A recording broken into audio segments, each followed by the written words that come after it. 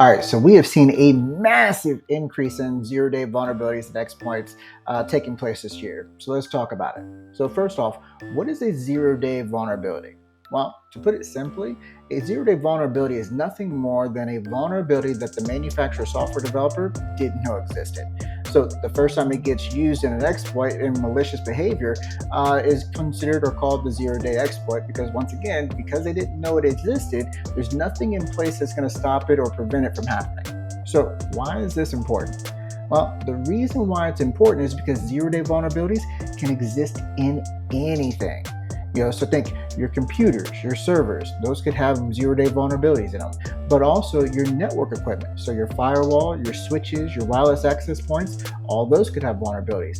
Every piece of software that you use, whether that's in the cloud or anywhere else, could have a vulnerability in it that could be exploited. But then let's take it one step further. All the smart technology that you use within your operations, whether that's a smart thermostat, your phone system, your camera system, or everything that you use in the automation system or your robotics, if it touches the network, it is a point of vulnerability that could be exploited. Case in point, all the way back in 2017, there was a casino that got hacked through the use of a smart fish tank. A fish tank.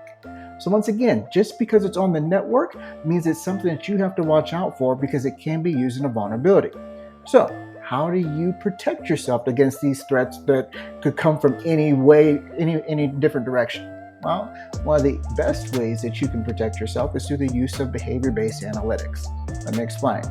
So if you have a dedicated team that's utilizing behavior-based analytics, meaning that they're watching the way in which data moves through your network, they're watching the way devices normally behave and operate on your network, they're watching the way that users interact with your network, so location, time of day function, all these different metrics, they are able to create a baseline for what normal looks like for your organization. And then if a zero-day vulnerability is exploited, that's going to be a change in the behavior pattern. They're going to be able to see that and hopefully respond in as close to real time as possible to minimize the damage and impact to your business. And as we look at how we future-proof a business against all the different cybersecurity threats that are evolving, this is the way in which you do it, through the use of behavior-based analytics.